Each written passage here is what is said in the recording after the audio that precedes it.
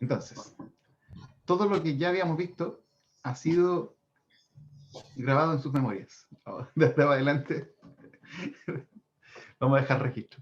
Claro, entonces, como les comentaba, la ubiquitina se expresa como una preproteína, se le corta una colita que queda pegada al C-terminal o se corta otra, o se corta, digamos, el N-terminal de la otra ubiquitina, y con esta ubiquitina sucede que va a atacar con este carboxiterminal a un ATP que está metido acá en una cisteína catalítica, una cisteína. Esa cisteína forma un intermediario con este ATP, un adenilato intermediario, que es en realidad una AMP, y luego la ubiquitina ataca eso, desplaza este AMP y se une de forma covalente. Pero es una cisteína. Las cisteínas son las que forman los puentes de disulfuro. Y lo que se genera acá es un enlace tioéster. Los enlaces tioéster, al igual que los enlaces disulfuro, son reducibles. Entonces, se pueden cortar a través de la adición de agentes reductores, como el betamercato, el DTT, el TCEP. Ahora, de esta proteína hay dos. Y necesitamos especificidad. Esto va a empezar a escalar hacia buscar cómo y dónde vamos a pegar la ubiquitina de forma específica. Entonces, esta ubiquitina, que en realidad imagínense que esto es como un jugador de fútbol. Y este jugador de fútbol tiene la pelota en un pie, que sería la cisteína catalítica. Va a ir a otro, va a interaccionar con un segundo jugador, que es uno que está más adelante en el campo de fútbol, y le va a pasar la pelota. Pero se la va a pasar al mismo pie. O sea, este también va a tener una cisteína catalítica y va a recibir esto de la misma forma como se... Parece que perdimos a Carlos.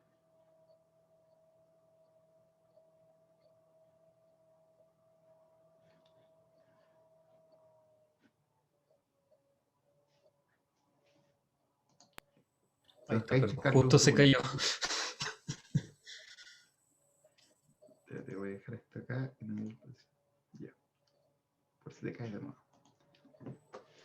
Claro, entonces la ubiquitina de la E1 se le pasa la ubiquitina a la Alejandro, E2. pero ¿Sí?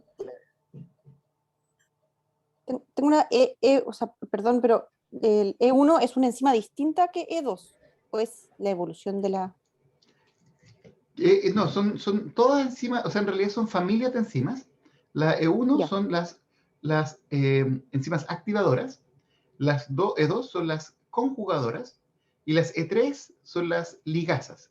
Entonces, hay dos E1 en mamíferos, UVA1 y UVA6, y hay alrededor de 40 E2 en mamíferos, o sea, en humanos en realidad.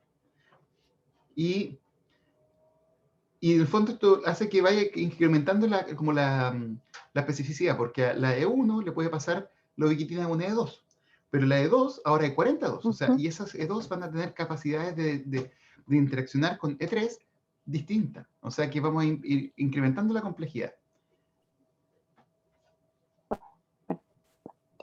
clarísimo. Y se quedó pegado, oye, que... Entonces,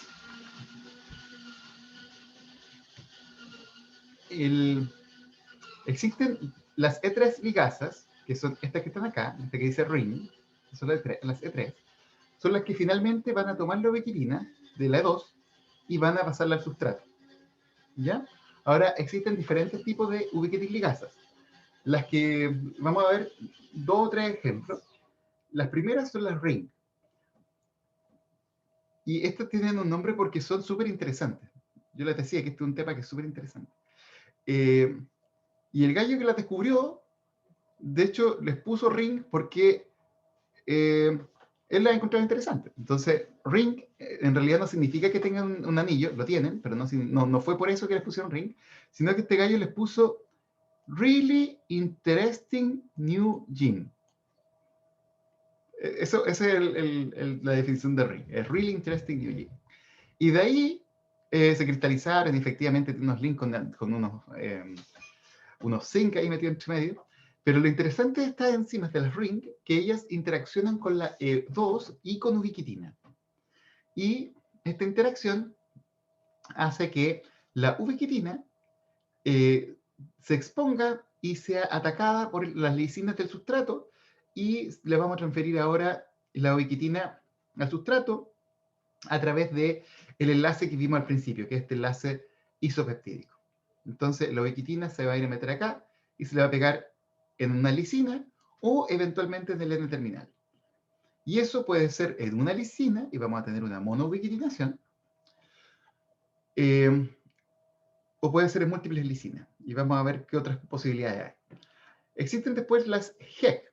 Estas se llaman así por homolog to E6IP C-terminus. ¿Les suena E6IP? E6AP, ¿no? ¿Les suena No, 16E6? no. 18E6, 42E6. Bueno, los E16E6 o 18E6 son las proteínas que confieren riesgo de cáncer de cuello uterino, del papilomavirus. De hecho, las vacunas que hoy día existen para las niñas tienen esa composición, protegen justamente contra variantes de alto riesgo. Son estas vacunas de 16E6 o 16E6, son justamente contra el virus del cuello uterino.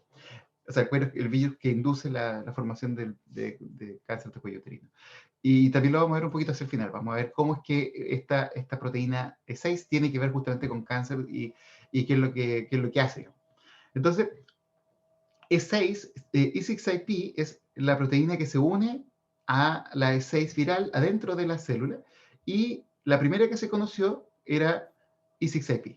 Por eso a esta familia se le colocó E6, es las E6 Affinity Protein. Y esta son la familia que es homóloga a E6 C-terminus, que es la región donde esta proteína utiliza para poder generar su actividad como ubiquitin ligasa. La persona que descubrió esta proteína y descubrió el mecanismo a través del cual el virus gatilla la degradación de P53 y genera o induce la posibilidad de generar tumores, fue mi jefe de doctorado, mi jefe, sí, mi jefe de doctorado. Una mala persona, ahí lo voy a contar después. Después tenemos, este E6IP tienen un dominio HEC, y E6IP y todos los miembros de la familia HEC, y funcionan distintos. Fíjense que acá la ubiquitina se une de forma no covalente a la E2, interacciona con ubiquitina y pasa el enlace directo de la E2 al sustrato. O sea que media ¿cómo se llama esto? La conjugación de ubiquitina hacia el sustrato. En el caso de la E6, y toda la familia de las HEC, ellas sí tienen una cisteína catalítica, como la E1 y la 2. Entonces sucede que la E2 le pasa la ubiquitina a la HEC, y la E2 se va. Y después es esta proteína la que de forma directa reconoce el sustrato y le pasa desde su cisteína catalítica el sustrato, o sea, la ubiquitina al sustrato.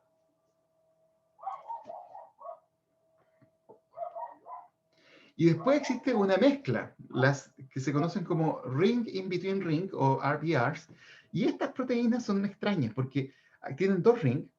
Un ring se comporta como un ring, o sea que en el fondo interacciona con ubiquitina y con la E2, pero gatilla un autopase. Entonces, en el fondo, hace que la ubiquitina se vaya y se pegue a la cisteína catalítica de un segundo ring. Y ahora esto forma un enlace tioéster con una cisteína, y la E2 se va, y esta cuestión gatilla después la modificación del sustrato.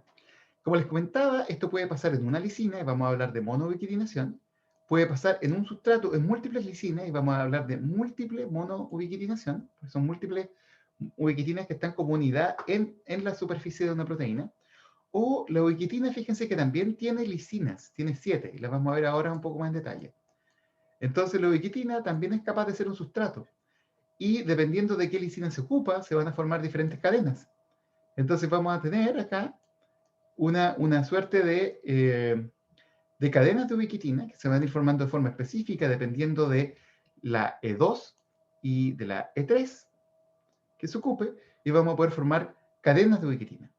Las cadenas de ubiquitina, la más conocida es la 48, la vamos a ver ahora, y lo que gatilla es la degradación de las proteínas. Y de estos complejos hay harto. Fíjense que hay que degradar todas las proteínas de la célula. Entonces, muchas de ellas se degradan de forma más o menos específica, muchas otras de forma muy activa. Y dentro de esto tienen todos estos complejos que van a reconocer a cada una de estas proteínas, o a la mayor parte de estas proteínas, para poder degradarlas. Las que no se degradan por esta vía, todavía se pueden degradar a través del sistema de endolisosomal. Lo entretenido es que esto además es dinámico y reversible. Tenemos más de 100 ubiquitin deconjugasas, o sea que son las que cortan a ubiquitina y la devuelven a su estado original. O sea que de una proteína ubiquitinada, podríamos tener que esto se corte y el sustrato vuelve a donde está y la ubiquitina se devuelve. Ahora, esto muchas veces como que, que en biología a veces esto se puede ver como que hay un equilibrio y que en alguna forma las cosas se revierten, pero no es que efectivamente se reviertan. Muchas de estas cosas quedan con una historia, y la vamos a ver después cuando veamos Sumo, que es un poquito más, tiene un poquito más de eso, de historia de modificación. Entonces acá les tenemos un resumen de cómo es que se activa todo esto. ¿Se acuerdan que teníamos una ubiquitina que tenía un carboxi terminal?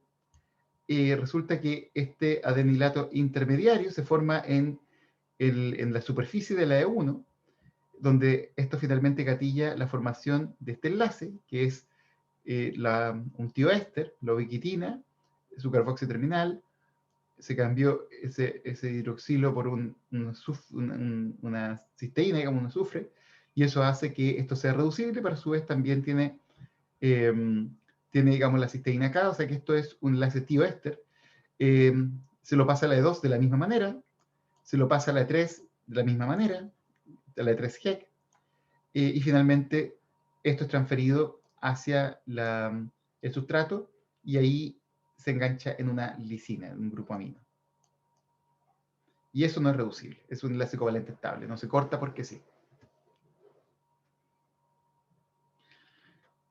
Y acá, bueno, estos han sido algunos de los hitos dentro de la formación, o sea, de la acumulación de conocimiento al respecto de cómo las modificaciones postproduccionales se gatillan.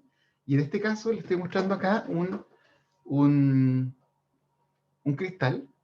Este fue el primer cristal que se generó para determinar cómo funcionan las ligasas.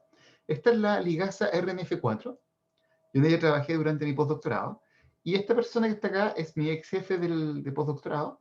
Y esta es mi colega de oficina, la Ana Plechanogova. La Ana es realmente extraordinaria, o sea, genial, una persona que tenía una idea brillante tras otra. Pero esta idea le valió un Nature. De hecho, le valió 2 Nature. Este fue el primero, después sacó un Nature. Y cómo lo hizo fue que, fíjense acá, tenemos la ligasa que dimeriza. Yo les contaba que tenían unos anillos, y efectivamente tienen unos anillos que bordean unos zinc que están acá en el medio. Y el problema con las ubiquitin ligasas siempre fue que cada vez que uno tenía un enlace tioéster, como el que está acá, si yo a esto, o sea, si a esta le meto si a esta E2 le meto una E3 del tipo ring, que es esta ligasa que es capaz de transferir la ubiquitina a los sustratos desde la E2, este complejo se corta. Porque justamente la actividad que tiene la ring es cortar eso. Entonces lo corta, nunca se estabiliza. Y nunca se pudo ver un cristal de cómo se podía estar gatillando justamente ese corte ni estabilizar el complejo. Entonces la Ana lo que hizo fue generar una enzima, o sea, generar una mutación acá en el S, pero de la 2, y lo que hizo fue meter una lisina. Entonces, reemplazó una lisina por la serina, o sea, oye, le voy a confundir, por la cisteína, y generó un enlace que en vez de que sea el enlace tioéster entre la 2 y la ubiquitina, generó un enlace isopeptídico. Y eso a través de magia, o sea, jugó con el pH, con la sal, como un año jugando, pero todo el día tratando de estabilizar su complejo para que la ubiquitina, la RNF4 no se lo cortara. Y fíjense que al final logró generar un complejo estable. Y lo que ustedes están viendo acá es que en verde es la 2 y en naranjo es la ubiquitina. Y fíjense que acá va la ubiquitina y acá donde está esa pelota amarilla, lo que hizo fue fusionar puso una lisina en vez de una cisteína y logró hacer una fusión estable. Y con eso generó un ladrillo, y con ese ladrillo generó este cristal, que es realmente hermoso.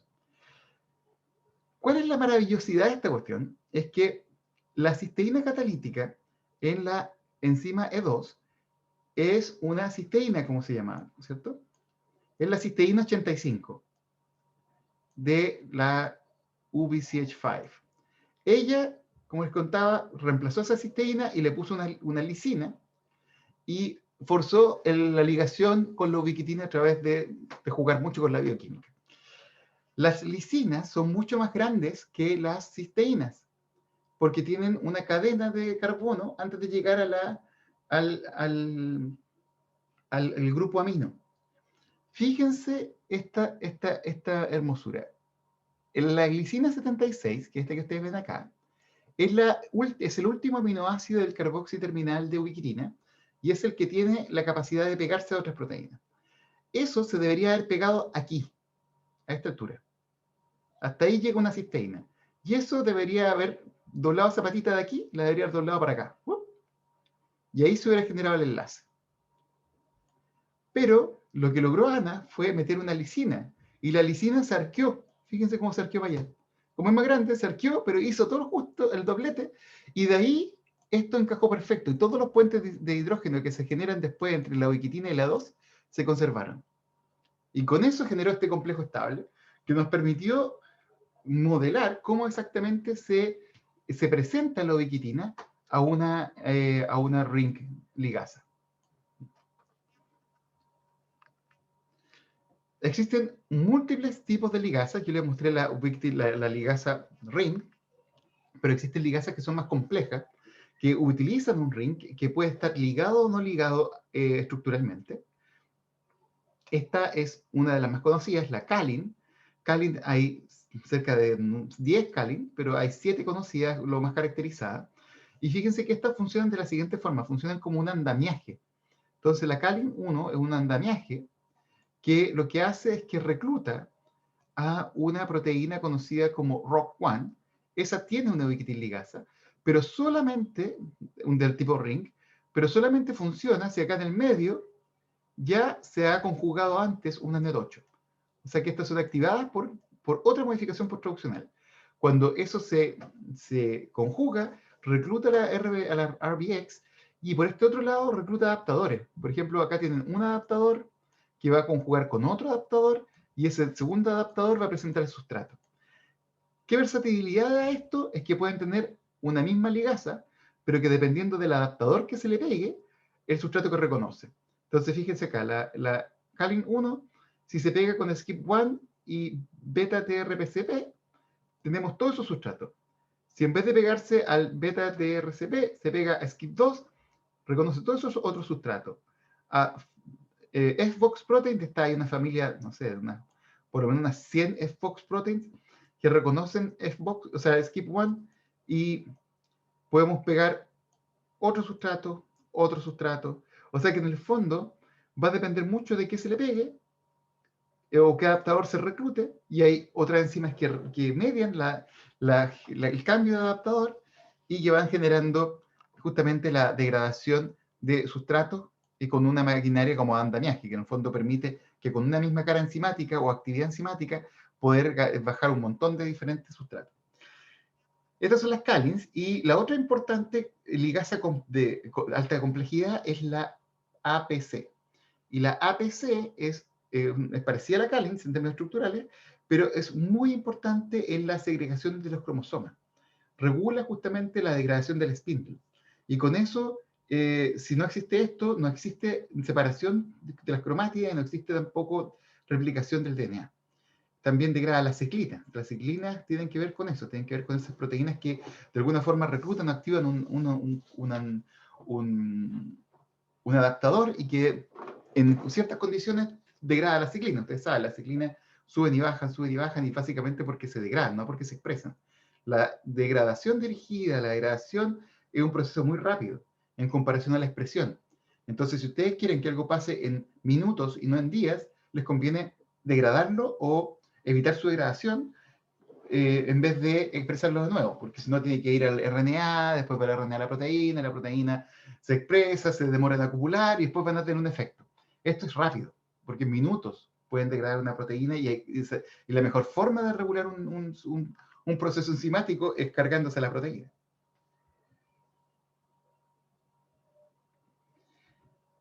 Ahora, muchas de estas cosas se están estudiando hoy día a través de la microscopía de alta resolución por cryo-EM. Entonces, yo les mostraba este complejo, el complejo APC.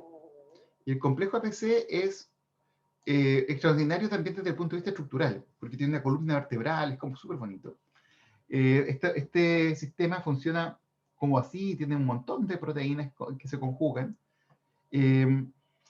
Y también se ha estado estudiando, esta es justamente la estructura del APC vista a través de un microscopio como este.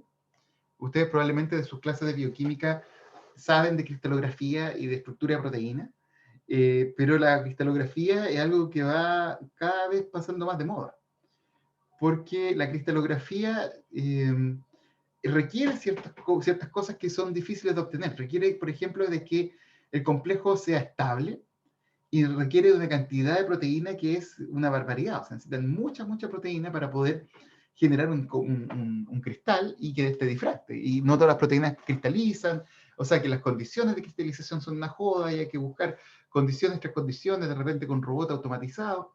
Entonces es difícil. Y una forma de hacer esto de forma más, ¿cómo se podría llamar? De forma alternativa, es hacerlo a través de la crioelectron microscopy. Esto significa que vamos a congelar proteínas, complejos de proteínas, para que no se muevan mucho, y una vez que están congelados, les vamos a sacar una foto con un microscopio electrónico. Y eso se puede hacer con un microscopio de transmisión, como este, y lo que va a pasar es que ustedes van a ver que un complejo, igual se requiere proteínas más o menos grandes, va a tener diferentes sombras. Por ejemplo, si ustedes les pegan con el beam de electrones y las proteínas se posicionan en diferente, rotan en diferente ángulo, la sombra que van a dar va a variar, como ustedes pueden ver acá. ¿No ven que están como mirando por cualquier lado? Si está mirando de frente, voy a ver eso. Si está mirando de lado, veo eso. Si está mirando medio chueco, veo algo así. Si está mirando 3/4 chueco, veo algo por así. Entonces, si yo tengo millones de estos, millones, y literalmente millones, lo que va a pasar es que yo voy a tener todas las posibles conformaciones en términos de cómo puede rotar. Entonces, como sé cómo puede rotar, voy a tener todas estas conformaciones, voy a poder reconstruir a través de un software todas las posibles reconstrucciones o sombras que pueda haber esto. Hoy día la resolución está llegando cerca de los 2 Armstrong a través de este tipo de tecnología. O sea que vamos casi llegando a la máxima resolución que nos permite ver la microscopía, o sea, la dispersión de rayos X. Pero para eso se requiere esto. Se requiere pasar de este microscopio, que este microscopio cryo-EM ya cuesta $2 millones, o $1,5 millones, y esto solo para ver que la muestra esté bien. Para después llevarla a este monstruo. Este es el conocido como el Titán. Le colocaron un buen nombre, sí, el Titán. El Titán es un microscopio que es justamente capaz de llegar a los 2 Armstrong. Y también funciona, pero el tema es que cada vez que ustedes colocan una muestra en un microscopio electrónico, la quemaron. Porque la toman, la excitan y ya fue. Entonces hay que hacer varias muestras en las gradillas, tomar una, chequear que esté bien en este tipo de microscopio y después llevarla acá. Como hay pocos titanes, ahora unos 10, 20 en el mundo hoy en día, los tiempos de espera son de como 6 meses. Entonces tienen que tener todo listo en este y estar seguros que su proteína, su complejo está bien, para después llevarlo acá y recuperar los datos que necesitan para efectivamente reconstruir la estructura. Yo trabajo con harta gente que hace esta tecnología y lo más divertido son los gallos en Dinamarca, en Argus, porque estos gallos les compraron este, pero no hay cómo hacerle entender a la gente, imagínense, al CONICET danés, de que ahora quieren uno más malo. Porque en el fondo era como, no, pero es que ese ya está pasado de moda, cuesta $2 millones. Pero hay que tenerlo porque si no, no pueden asegurarse que la muestra está bien. Ese producen el bueno, pero es que el bueno tiene demasiado potencial y al final estuvieron como un año entrampados para poder comprarse este. Que no, en fin. Existen otras enzimas que actúan en membrana, que son reguladoras de las, por ejemplo, esto probablemente ya lo vieron con el profesor Ríos. ¿Ríos se llama? Rivas. La degradación o regulación de proteínas en IR y el lumen y las vesículas, cómo se degradan proteínas, digamos, de estrés reticular. Cuando hay un estrés reticular, estas proteínas se pliegan de mal manera, eso gatilla un cierto grado, un grado de reconocimiento, y acá viene un montón de proteínas que lo que hacen efectivamente es ubiquitinar, de la misma forma que la hacen la ubiquitin-ligasa. Ustedes van a tener un sitio de reconocimiento y van a tener ubiquitin-ligasas que puede ser, por ejemplo, esta DOA10 o HERTZ1, estas son las ligasas, y después tienen E2, como la UBC6, UBC7, que lo que hacen es básicamente proveer la ubiquitina para que esta proteína que está mal plegada se ubiquitine. Esa ubiquitinación sirve también para andamiaje con proteínas que tienen dominios de unión a ubiquitina, como UBA, Ubiquitin Binding Affinity Domain, o bueno, hay varios, están los MU y los UAD, UEM, entre otros. Y esto además tienen un sitio de reconocimiento con proteínas como UBX, que reclutan a una proteína conocida como CDC48 o P97, que le entrega el material al protosoma para poder ser degradado. O sea que hay un montón de regulaciones posibles para poder degradar o dirigir la degradación de proteínas en las células. Ahora, ¿qué otro tipo de cosas pueden pasar con la ubiquitina? Porque una cosa es la degradación, pero como les comentaba, existe la monoubiquitinación, la múltiple monoubiquitinación, o sea, un sustrato con múltiples ubiquitinas, diferentes lisinas, y la poliubiquitinación. Además de eso, la poliubiquitinación tiene esta variabilidad, que resulta que la E3, cuando se une a la E2 y al sustrato, puede pegar múltiples ubiquitinas una tras otra formando una cadena, y esa cadena va a depender de las lisinas de ubiquitina. Ubiquitina tiene lisina 63, 48, 33, 6, 11, 27, 29 y la metionina 1. Esa tiene un este es el NH2, este es el N terminal. Y todas esas 7 lisinas más el N terminal pueden ser modificados. O sea, tenemos 8 posibilidades de generar cadenas homogéneas. Entonces tenemos que la E6, eso se ha visto que al parecer funciona o está relacionado al daño, a la reparación del daño al DNA. La K11, esa es la que ocupa el sistema APC, este que les mostraba recién, que regula la mitosis, degrada proteínas a través de la lisina 11, hace cadenas de lisina 11 y esas son reconocidas por el protosoma. La 27 se supone que hace degradación, no se sabe nada mucho, tampoco se sabe qué hace la 29, ni la 33, menos la treonina, menos la serina, eso no se sabe nada. La 48, esa es la degradación por excelencia, esa fue la primera que se describió. La 63, DNA repair y signal transduction, vamos a ver un ejemplo de eso. Y esta es reparecida, esa también tiene que ver con inflamación. Y eso es lo que se sabe como grandes rasgos, porque además puede que una lisina reclute una proteína de forma inicial, como un trigger, un gatillo, pero después que continúe con otro tipo de modificaciones, y ahí se empiezan a generar cadenas heterogéneas, donde hay ubiquitinas conjugadas en diferentes lisinas, y ahí la cosa se coloca más compleja. O sea, podemos tener diferentes lisinas pegadas unas con otras en diferentes, o sea, diferentes ubiquitinas pegadas unas con otras en diferentes lisinas. Y de esto tampoco se sabe mucho. Entonces, parte de mis desafíos en el laboratorio es caracterizar parte de estas cosas que no se conocen. Entonces, estamos sacando anticuerpos contra estas cadenas, contra estas cadenas, contra estas cadenas, contra estas cadenas, contra estas cadenas. Y ver si es que efectivamente podemos caracterizarlas de mejor manera.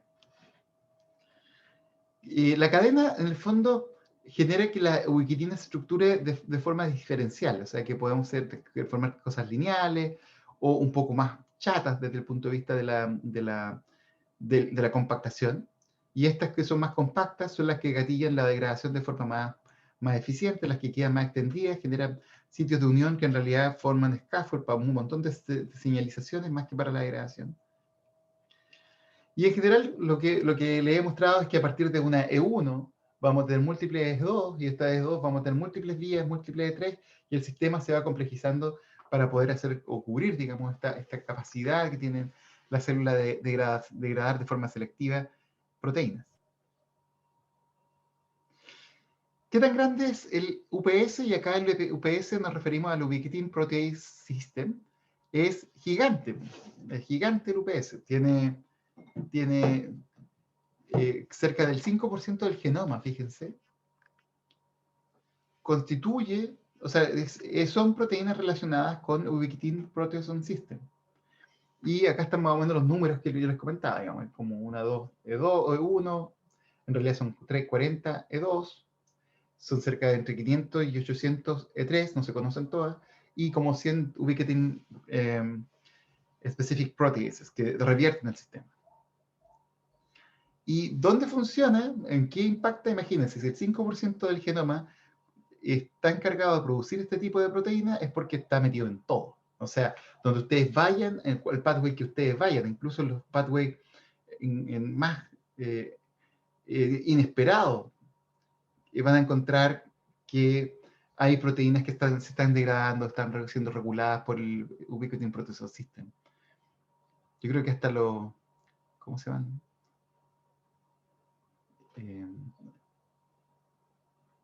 Ay, se me olvidó. ¿Cómo se llaman las células que trabaja Pancho? Estas que parece que no existen. Los pericitos. Los pericitos, hasta los pericitos tienen este sistema. Pero sí existe. Yo no he visto ni un pericito, a mí que ver para creer. Claro, no. Entonces, todo este tipo, por ejemplo, de proteínas generan ese tipo de regulación, porque están encargados del garbage disposal, o sea que de alguna forma las proteínas que están viejas son degradadas a través de este sistema. De hecho, aquí hay un tema bien interesante. No sé si ustedes siguen a Maturana y Varela. ¿Han escuchado de él? Humberto Maturana. ¿Un poco? Me suena. Por supuesto, pero no lo sigo, pero es Premio Nacional de Ciencia, que ahora está escribiendo más que nada filosofía respecto a la vida, cuando se creó, ha sacado varios libros, y es famosillo. Claro. Yo cuando estaba más joven, yo estudié en la Chile, y nos juntábamos en los viernes con un grupo de científicos jóvenes y en el laboratorio de Maturana teníamos una cuestión que se llama el decenio. Cuando recién partieron los milenios, nosotros así súper humildes le colocamos el decenio y armamos nuestro propio instituto. Y el decenio tenía eso de sentarnos a discutir sobre evolución y biología, bueno, biología en general, biología, filosofía, en realidad lo que viniera, todos los viernes, la tarde. Y uno de los profes, Juan Carlos Letelier, que uno de los profes que quedó después de Maturana, que él se fue, digamos, y formó su instituto holístico, quedó Podosis, Juan Carlos Letelier y otro profe más. Y él está dedicado a la teoría de de cómo, bueno, cómo justamente qué es la vida, digamos, y cómo la vida se mantiene, digamos, en el tiempo, y se empezó a meter en los teoremas de Rosen, que Rosen es un gallo que explicaba la vida de la forma que lo hacía Maturana de alguna forma, pero desde la perspectiva matemática, con ecuaciones que se salían de la matemática convencional, lo explicó como 10 veces, pero la verdad es que nunca nadie la entendía nada. Pero lo que sí parecía ser importante es la capacidad no solo de replicarse, sino que de reciclar. Si uno no es capaz de reciclar, no es capaz de alguna forma de reconstituir o cerrar el ciclo de la vida, digamos, que es esta autoproducción. Esa autoproducción tiene que ver con capacidad de reciclar. Entonces, este sistema es importante en reciclar, porque las proteínas viejas, las mitocondrias viejas, todo eso tiene que volver a ser descompuesto y tiene que volver a colocar sus componentes a disposición de las células nuevamente. Entonces, tenemos muchas herramientas de control, en DNA de repair, en apoptosis, transcripción, metabolismo, signal transduction, y también asociado a enfermedades. Inflamación, como uno de los pivotes más importantes hoy día en enfermedades crónicas, el cáncer, muy ligado a la inflamación, y enfermedades neurodisorders, enfermedades neurodegenerativas también muy ligadas a la inflamación. Entonces, esto realmente va más allá de un desarrollo como bioquímico. Yo le estoy mostrando la parte más como dura de todo esto, pero detrás de eso hay un montón de aplicaciones y un montón de preguntas súper interesantes porque tiene una bajada que se vincula con casi todos los procesos biológicos. Este componente es el proteosoma y este es el que tiene la acción de degradar, degradar proteínas. Y es básicamente un túnel donde las proteínas se meten por acá por el medio y son degradadas, digamos, entran por aquí y salen por acá en pedacitos. Y la forma en la cual esta proteína tiene, o este complejo tiene para poder reconocer el sustrato, está mediado por su tapa. Entonces se habla del 20S protosoma, que es la parte como del medio, la tapa, el 19S protosoma, y cuando están juntos, y eso tiene que ver con el coeficiente de cimentación, se habla del 26S protosoma, que es cuando está el protosoma con sus dos tapas, y ahí es capaz de reconocer sustrato ubiquitinado y es capaz de cortarlo en múltiples fragmentos. Y lo otro que es importante es que esta maquinaria requiere ATP. Y eso fue lo que descubrieron los premios Nobel y que les valió, digamos, por ahí partió la observación. ¿Y por qué corta proteína y por qué es capaz de hacer esto? Es porque adentro de este túnel hay un montón de actividades proteasas. Está la quimiotripsina, la LIKE-B5, tiene un corta por acidez, corta como caspasa, corta como tripsina. O sea que corta lo que pilla.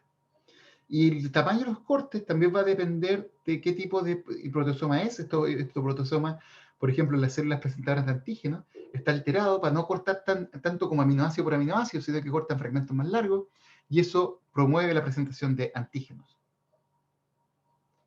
Entonces, como les comentaba, la tapa del proteosoma es capaz de reconocer a los sustratos ubiquitinados de forma directa, cuando vienen con la lisina 48 ubiquitinada, o pueden ser a través de forma indirecta. Puede reconocer el sustrato, puede reconocer un presentador que va a permitir que esta ubiquitina se acople a la tapa y que meta la proteína por el protosoma y que salga corta en pedacitos. Otra forma, como les comentaba, es que la tapa del protosoma también puede reconocer adaptadores. Y aquí, imagínense que está Parkin. Parkin se llama así porque está vinculada directamente a la enfermedad de Parkinson. Mutaciones en Parkin producen Parkinson. Básicamente, la interferencia con los mecanismos de degradación gatilla la acumulación de proteínas y la formación de agregados. Muchas de las enfermedades neurodegenerativas están asociadas con fallas en la capacidad del sistema ubiquitin proteasome de responder a las necesidades de degradar proteínas mal plegadas. Y esto también tiene que ver con un equilibrio. O sea, cuando ustedes ven que muchas de estas enfermedades que son como neurodegenerativas son enfermedades que tienen que ver con la vejez, es porque este sistema es capaz de retener o de contener la acumulación durante muchos años hasta que efectivamente la capacidad o la agregación sobrepasa la capacidad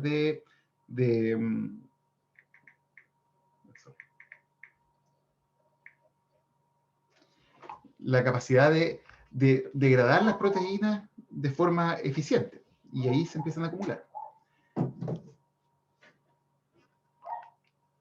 Y lo otro es que hay proteínas que, como les decía, cuando son reconocidas proteínas mal plegadas en el IAR, hay proteínas que facilitan que esto sea llevado al protosoma. P63, o sea, P97, es una proteína también que consume ATP y que tiene esta factibilidad. Ella recluta proteínas que están ubiquitinadas y se las presenta al protosoma de forma muy eficiente. Y hay un montón de adaptadores que tienen estos dominios UVX que van a mediar, digamos, la unión a proteína ubiquitinada y proteínas mal plegadas para poder llevárselas al protosoma para que se las coma. Y acá tienen un ejemplo de eso, digamos. P97 es una proteína compleja, una ATPasa, que tiene múltiples adaptadores, acá pueden ver algunos. En general, ellos tienen este dominio UVX, que es el dominio que hace posible la unión a P97, y esa unión a P97 hace posible que a través de estos otros dominios sean capaces de llevar proteínas sustrato. Fíjense acá, por ejemplo, hay proteínas que tienen muchos sitios de unión a ubiquitina. Ese es un Ubiquitin Binding Affinity Domain. Este es un Ubiquitin Associated Substrate. Este es un Ubiquitin Interacting Motif. Y que también se puede dar al revés. Y así son un montón o Ubiquitin Binding 1, Ubiquitin Binding 2. Entonces hay un montón de sitios de unión a ubiquitina que estas proteínas van a tener para poder reconocer a las proteínas ubiquitinadas, pegarle a P97 y que esta cuestión se las entregue al protosoma para que se las coma. De hecho, uno de los ustedes conocen a la Connie de mi laboratorio. Ella trabaja en esto. Trabaja en UVX. Hemos tomado diferentes UVX, estos dominios que tienen estas proteínas, y les pegamos nanobodies de alpaca, que son estos anticuerpos que nosotros producimos en el laboratorio. Y con eso vamos a reconocer la proteína que nos interese. En este caso, por ejemplo, nos interesa alfa-sinucleína con la CONI. Entonces tenemos una nanobody contra alfa-sinucleína, y eso es capaz de reconocer adentro de la célula la alfa-sinucleína y la lleva a la P97. Ahora, ¿por qué ustedes creen que es necesario que tengamos P97? Porque esto no puede ser directo. ¿Cómo creen que ustedes que P97 podría actuar?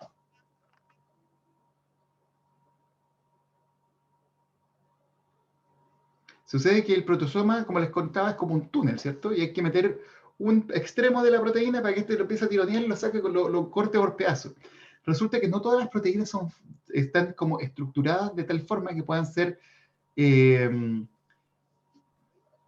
degradadas de forma directa por el protosoma. Los agregados, por ejemplo, son cosas extremadamente insolubles. Las proteínas de membrana o las proteínas que vienen desde el IAR son proteínas que ya vienen con problemas de agregación. Entonces, lo que hace P97 es que es una segregasa. Es como les podría contar la fuerza bruta de la célula. La proteína que va a agarrar y va a empezar a tironear la proteína, la va a estirar para poder presentársela al protosoma. Entonces, esa actividad segregasa asociada a la actividad del protosoma puede producir una muy buena sinergia a la hora de degradar agregados intracelulares.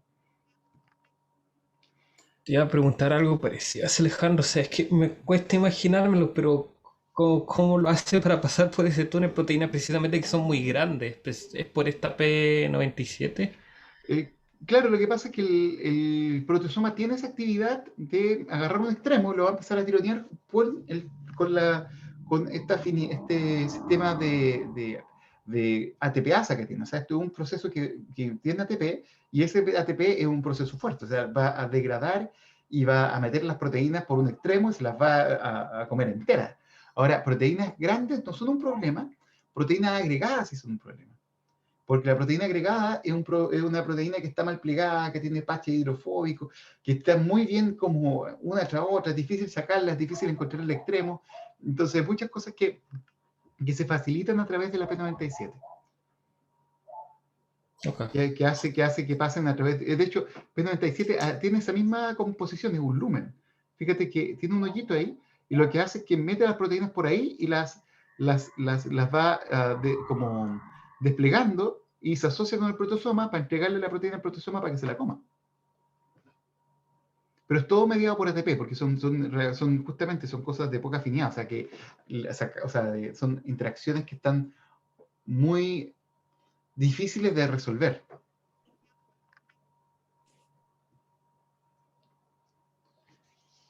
Claro, y lo otro es decirles que el proteosoma, o sea, los inhibidores de proteosoma, además, son muy importantes para el ciclo celular. Si ustedes inhiben el proteosoma, las células no se logran replicar bien, porque la replicación de la célula requiere de un proceso de degradación acorde a la velocidad de la replicación de la célula. Si ustedes no degradan las proteínas a la velocidad que necesitan, van a acumular mucha basura y las células se van a morir. Entonces también ha sido utilizado como un inhibidor para el crecimiento de los tumores. Porque células que se replican rápido, si ustedes inhiben el proteosoma, acumulan un montón de basura porque claro, una célula tumoral, por ejemplo, produce un montón de histonas, de forma así como descontrolada. Porque en el fondo necesita tener esas histonas para cuando se replica el DNA. Si ustedes le sacan el inhibidor del proteosoma, se empiezan a acumular un montón de cosas, entre histonas y un montón de otras cuestiones que son importantes, factores de transcripción que son importantes para la regulación, y al final las células en algunos casos se mueren. Por lo tanto, este inhibidor de proteosoma que llegó a la clínica by Janssen se vendió en $2 billones.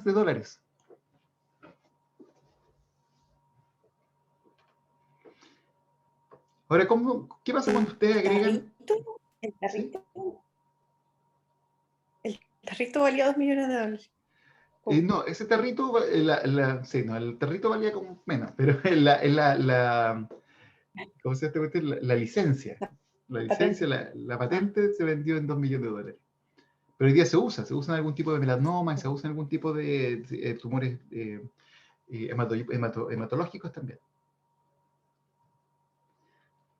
Ahora, ¿qué es lo que ustedes encuentran cuando ustedes le agregan un inhibidor de proteosoma? Yo les hablaba del bortezomib, pero aquí hay otro que es parecido. No es de uso clínico, pero funciona re bien. Es el MG132. Y el MG132, cuando ustedes se lo agregan a células, por ejemplo, y después vamos a mirar con un anticuerpo específico contra cadenas de ubiquitina, van a ver que se acumula. ¿Qué se acumula? Se acumulan las cadenas de ubiquitina. Porque no se puede degradar. Entonces, si no se puede degradar, se acumulan proteínas que están ubiquitinadas, pero no se logra degradar la proteína, por lo tanto se acumulan mucha proteína como media basura. Y eso genera, bueno, un tremendo sistema para poder estudiarlo, pero también genera que las proteínas, que las células se estresen.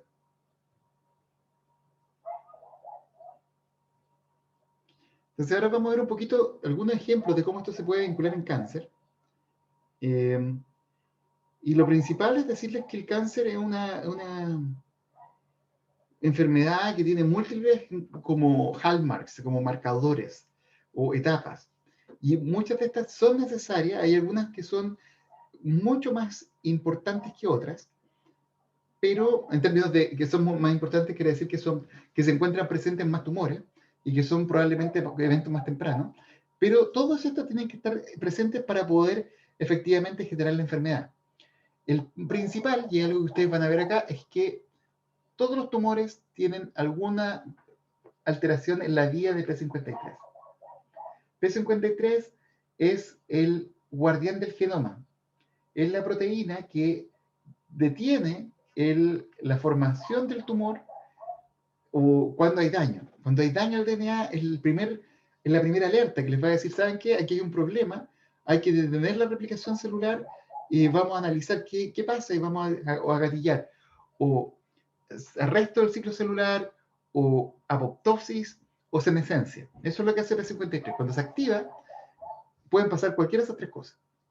Entonces, la primera cosa es que los tumores, el 50% de los tumores tienen mutado P53. Directo. El otro 50% de los tumores tiene alterada la vía.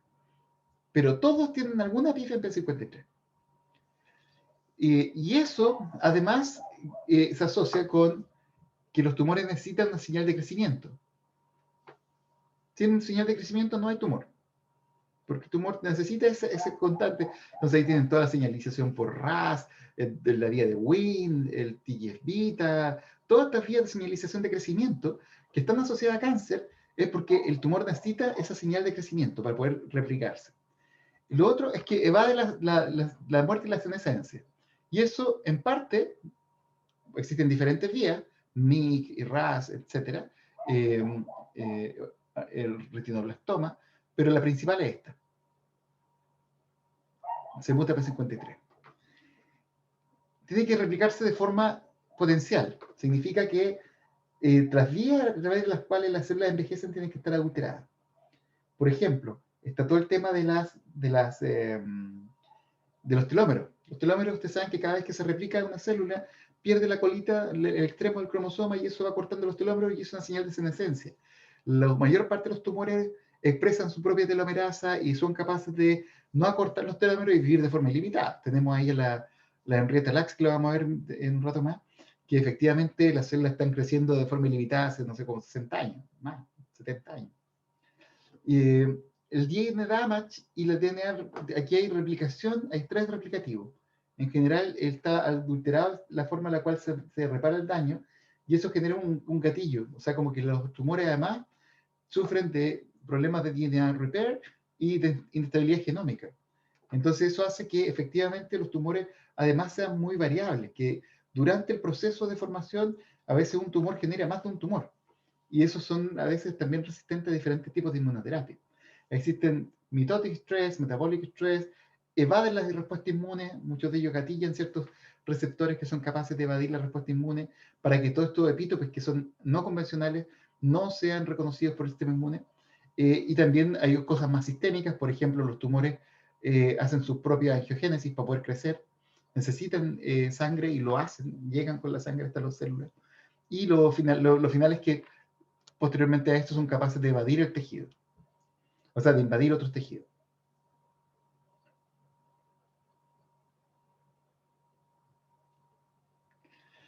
Ya, entonces ahora vamos a ver un poquito de P53. Y yo les comentaba que P53 es el guardián del genoma, ¿cierto? ¿Y qué activa P53? P53 va a censar el daño, y va a censar el daño sobre el DNA. Entonces, cualquier daño que haya en el DNA va a activar quinasas de este tipo de quinasas. La ATN, ATR, y hay check quinasas también que activan P53. Cuando eso pasa, P53 se fosforila. Y cuando P53 se fosforila, se disocia de su maquinaria de degradación. Entonces yo les comentaba hace rato que la mejor forma de regular una proteína es degradándola o inhibiendo su degradación. P53 se expresa de forma constante en la célula. Pero ustedes van a hacer un western de P53, no van a ver nada. ¿Y por qué no van a ver nada? Porque en la célula existe esta proteína conocida como MDM2. Y lo que hace es que ubiquitina P53 de forma constante. Es como bien absurdo el sistema porque es como una bomba de tiempo. Es como estoy expresando una proteína así un montón y por otro lado la estoy degradando de forma súper eficiente. Entonces, ¿qué pasa si es que en algún momento se fosforila P53 y esta unión con MDM2 se disocia? Ya no es capaz de ser reconocida por la ligasa. Cuando pasa eso, P53 se va por un lado y no es capaz de ser reconocida por la MM2, por lo tanto no se puede ubiquitinar, pero sí se está expresando un montón. Entonces rápidamente suben los niveles. En minutos ustedes tienen activación de P53. Este es un sistema se ocupa para cosas importantes.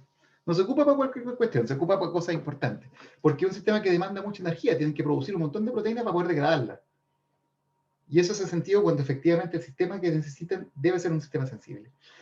Funciona exactamente igual para la vía de HIF, de estos factores que tienen que ver con la vía de la hipoxia. Esto, hypoxian factors, hypoxia inducing no me acuerdo, factors, hypoxia inducing factors, algo así. HIF1 alfa, porque en el fondo, si ustedes se están ahogando, ya no sirve que reaccionen a la media hora, pues ya se murieron. O sea, no. Isquemia, por ejemplo, isquemia de reperfusión, necesitan tener una respuesta rápida para poder contrarrestar justamente el efecto de la hipoxia. Y funciona el HIF1 alfa, es otra proteína que está degradando constantemente, porque tiene un sitio de hidroxilación que depende del oxígeno. Entonces, cuando falta oxígeno, no se puede hidroxilar. Al no poder hidroxilarse, no se reconoce por la ligasa y ¡pum! Se dispara GIF en minutos. Y lo que hace es decir, falta aire. Interesante GIF, ahora con COVID. Interesante, vamos a ver. Ya, entonces, ahora sucede que cuando sucede esto, además la ligasa se autoubiquitina y P53 se termina acumulando. Y eso es lo que hace P53 cuando se acumula, ya sea por daño al DNA, double strand breaks, cuando ustedes hacen cualquier cosa entretenida, como tomar sol, tomar vino, cualquier cosa que ustedes hagan, fumar, cualquier cosa, les va a dañar el DNA. Y el DNA, lo que va a pasar es que P53 va a censar si ustedes estuvieron tomando sol, si están estresados, y va a dejar de unirse a MDM2 y se va a empezar a acumular, y al acumular va a restar el crecimiento celular, gatillar la apoptosis, prevenir la angiogénesis y entre otras cosas. Lo importante es que esta proteína, por alguna razón, es capaz de censar qué tanto daño hay. No se sabe muy bien por qué o cómo, pero el mismo estímulo puede llevar a cell growth arrest, y esto es bueno, porque en el fondo lo que dice es paren aquí hay daño. Y una vez que para la replicación y el crecimiento celular, se reevalúa qué es lo que está pasando. P53 va a empezar a expresar proteínas de reparación y empezar a ver qué es lo que está pasando y ser capaz de reparar el daño al DNA. Ahora, si no es capaz de reparar el daño al DNA, si fuese capaz de reparar, P53 tiene un autoloop, que es una cosa bien interesante, que a medida que P53 se expresa, uno de los sustratos, P53 es un factor de transcripción, además de muchas cosas, uno de sus sustratos es la ligasa que lo mata. Entonces, cuando se activa P53, va a empezar a producir un montón de MDM2.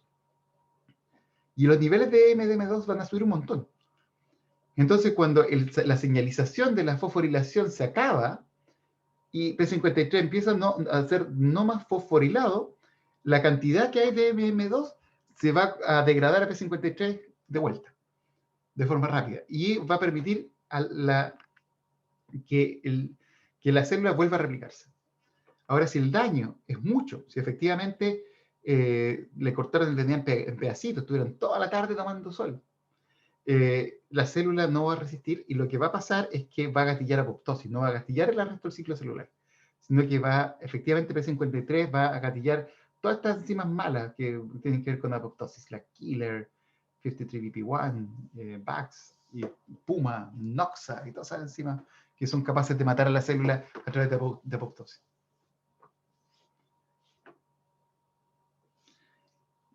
P53, esta clase, como les contaba, es sobre modificaciones posttraduccionales, y la verdad es que son muchas las modificaciones posttraduccionales. Yo le estoy hablando de una familia, que son las de los ubiquitin-like proteins, porque en realidad no es mi área trabajar en otras, y porque también son muchas. O sea, hasta la acetilación P53 tiene como 500 modificaciones posttraduccionales.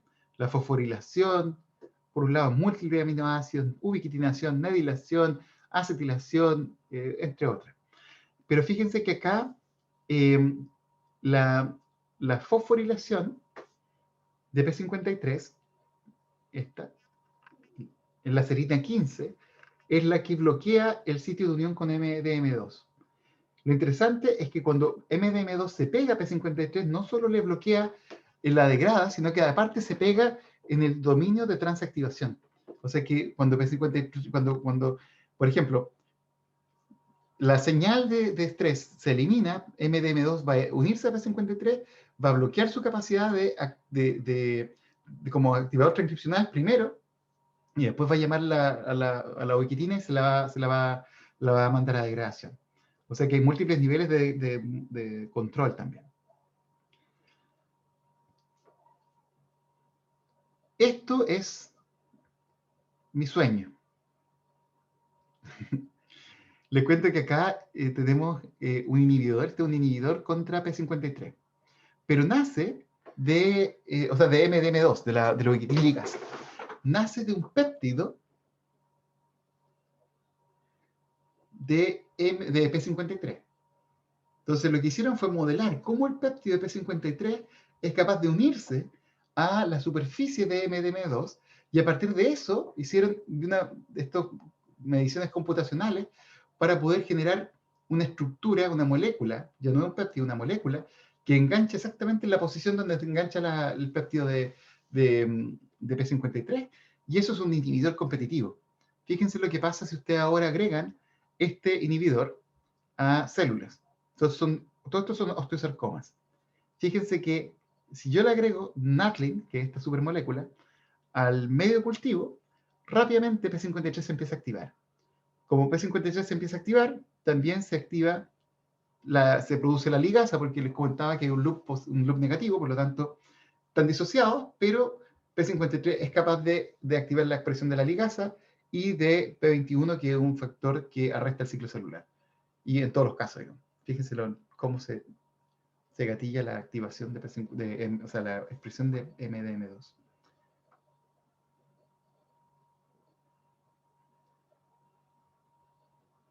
Ahora les voy a comentar este caso de cáncer del cuello uterino y después nos vamos a dar un break, ¿les parece? Sí. Bueno, les comentaba que el cáncer de cuello uterino y las verrugas tienen un origen común. Son producidos por un virus conocido como el virus del papiloma humano, o papilomavirus. Este virus, en general, se transmite de forma muy temprana en la vida a través de las primeras relaciones sexuales, y lo que tiene es que, bueno, el virus, digamos, genital, el virus cutáneo, pues se lo pueden pegar en cualquier parte. Este virus lo que hace es que tiene proteínas que son de diferente riesgo. Si ustedes tienen, por ejemplo, dentro de la versión del virus, tienen un virus que tiene una versión 6.6 o 11.6, 6 y 6 o 11 y 6, son virus de bajo riesgo.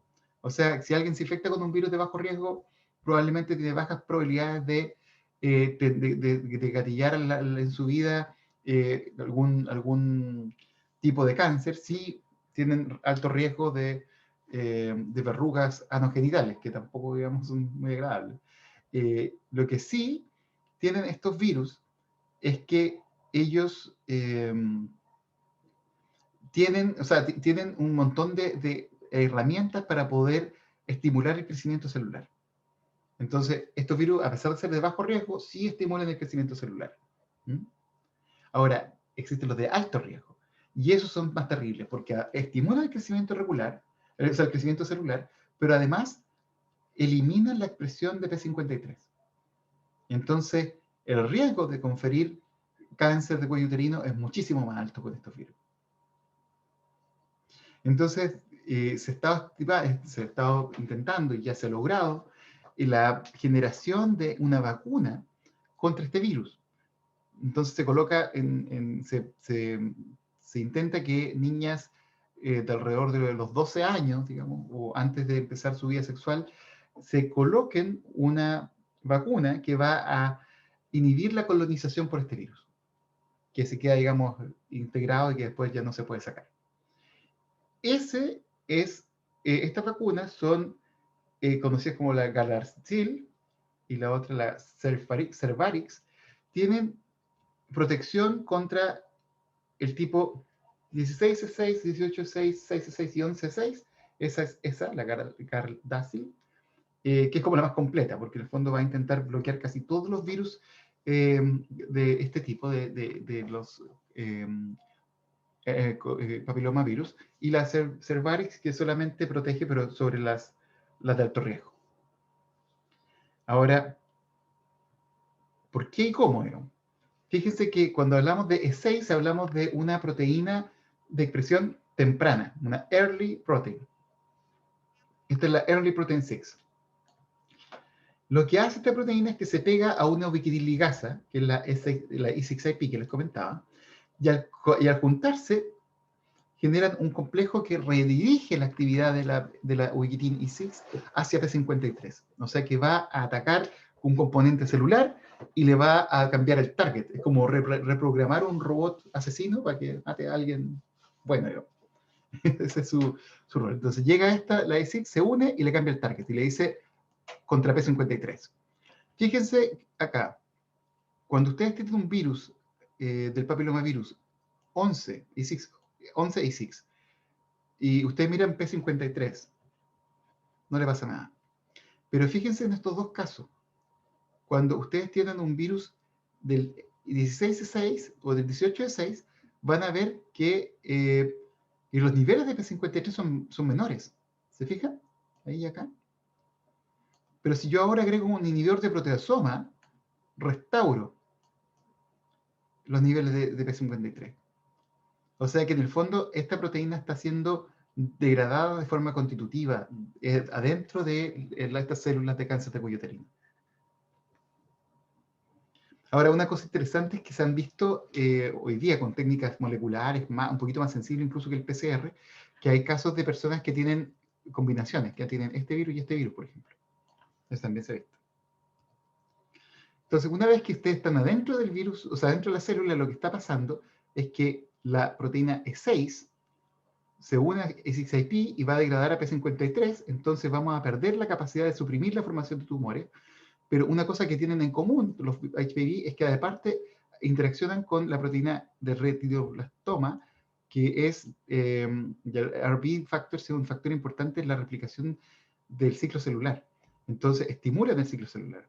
O sea que tienen la activación de la proliferación, por un lado, y la pérdida de la capacidad de control por el otro. Por eso es tan terrible tener, digamos, ambas. Y la vacunación es súper importante. Ahora, estas vacunas tienen un efecto secundario que es rarísimo, es como una en 1.000.000, donde se gatilla un síndrome de Guillain-Barré, que es un síndrome que gatilla una autodestrucción inmune de los nervios periféricos. Y eso genera muchas veces inmovilidad parcial o temporal o de repente permanente de las piernas y un tremendo...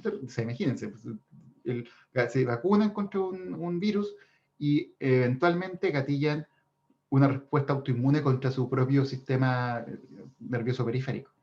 Entonces, es rarísimo, pero hay casos. Y eso, el problema está que claramente, en términos como numéricos, uno pensaría que es mejor vacunar a los hijos o a las hijas para poder evitarle la posibilidad de que gatillen cáncer de cuello uterino, que es un problema real. Pero por otro lado, también está el video de YouTube de la niñita que le dio Guillain-Barré cuando la inmunizaron con esta vacuna. Entonces, el efecto que tiene en la población es extremadamente negativo y al final pasa a ser una cosa de decisión personal. ¿Tomo el riesgo o no? Digamos. Fíjense que... No se, perdón, Sí, no se han identificado como factores de riesgo para que en esos casos que eso sucede, ese síndrome.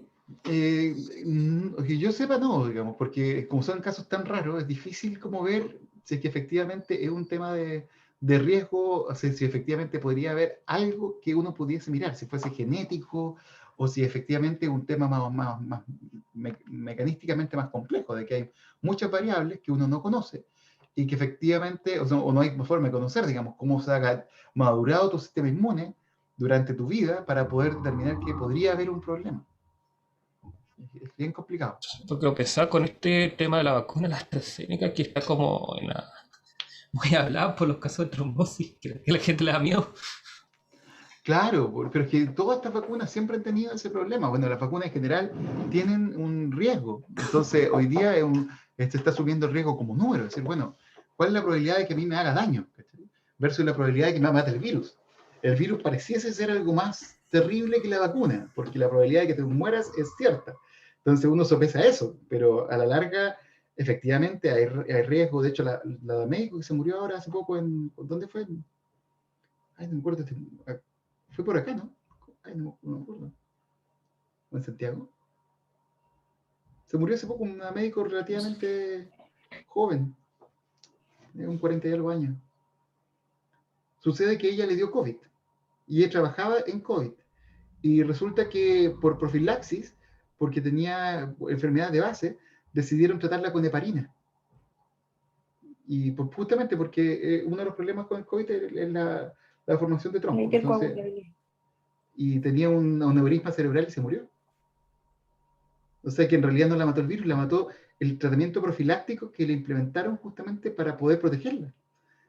Entonces imagínate la cantidad de variables, si no sabéis si tiene un aneurisma cerebral. Pues.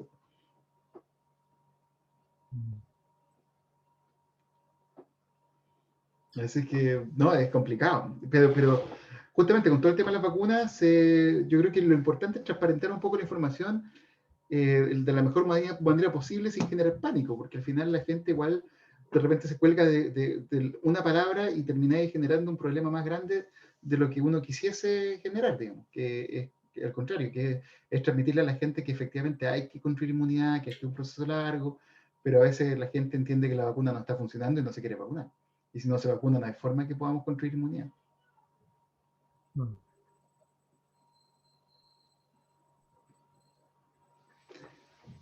Ya, entonces les vamos a hablar de Henrietta Lacks.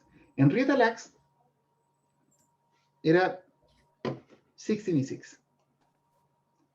Ella es una mujer que tenía un cáncer de cuello uterino.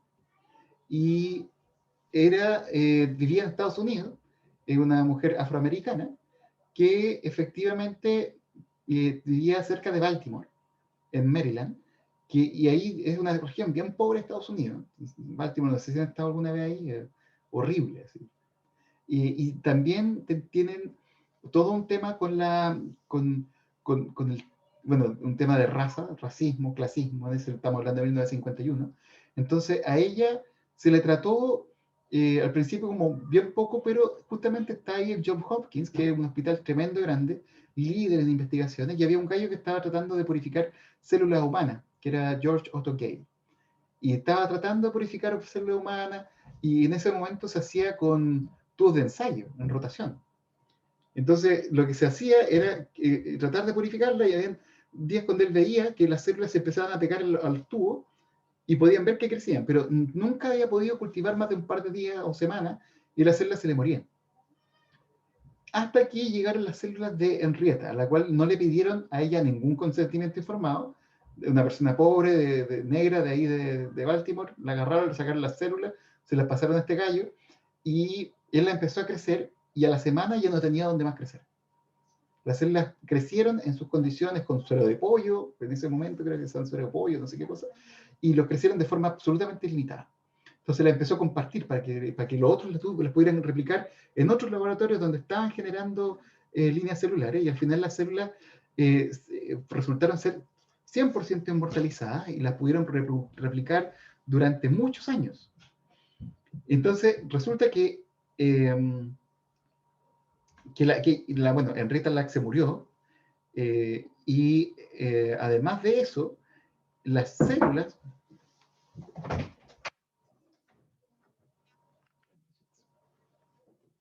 Mi esposa me trae un café.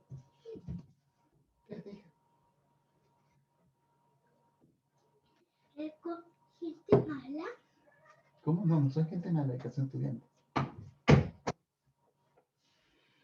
No son gente mala, ¿cierto? Muy malo. Entonces, resulta que nunca nadie le dijo a la familia que las células de su abuela y madre estaban siendo crecidas en el mundo. Hasta que de alguna forma empezaron a darse cuenta, porque la historia de Henrietta dentro de los científicos siguió siendo muy popular, porque justamente las células les colocaron GELA por Henrietta Lacks. Entonces las células GELA, que son las primeras que se aislaron, fueron muy populares, y de repente llegó a la familia en el 75, después de haber crecido las células 20 años, que las células de Henrietta Lacks estaban con nosotros. Y la familia de ella es una familia que además es súper religiosa. Entonces hay toda una historia ahí de lo que ella cree, del espíritu de Henrietta Lacks, y cómo la familia cree que la señora está con nosotros, y ya han generado todo un tema mediático alrededor. Hay un libro de esto. Y hasta el punto que hoy día, si ustedes piden células HeLa del Johns Hopkins para usarlas en cualquier cosa, les van a mandar un MTA, que esto es Material Transfer Agreement, donde se les va a obligar a ustedes que si ustedes van a usar el material, en el paper le tienen que agradecer a Henrietta Lacks y su familia por su contribución a la humanidad. Así que, bueno, ese es uno de los arreglos que han hecho. Y el otro, de alguna forma, también retribuir económicamente, porque resulta que las células se ocupan en todas las industrias farmacéuticas de todo el mundo, en casi todos los medicamentos, las primeras células que se usan para probar son las HeLa. Las células viajaron al espacio, las que han crecido en el espacio para saber cómo se comportan. Y imagínense ustedes cuánto creen ustedes que se ha crecido de células HeLa. Si las ponemos una al lado de la otra y formamos una superficie, ¿cuánto creen ustedes que cubrimos? Acá tienen el planeta. ¿Cuánto creen ustedes que del planeta que somos capaces de cubrir si crecemos las células como una monocapa? 2 veces ¿Un el planeta. continente? No, yo fui menos optimista. Un continente. No, cubrimos 3 veces la Tierra, la envolvemos entera, 3 veces. Casi 2, pero en realidad son 3. En biomasa, pues imagínense todo lo que se han crecido las líneas celulares, pero claro, están creciéndolas desde el 51, son 70 años creciéndolas todos los días en el laboratorio. Así que ese ha sido.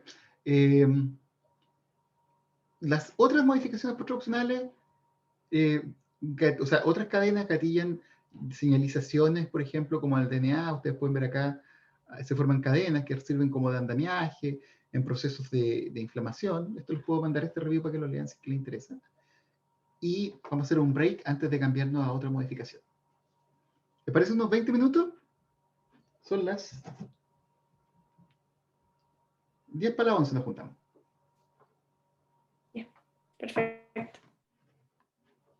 Gracias, profe. Oh. Ahí sí. Voy a parar la grabación.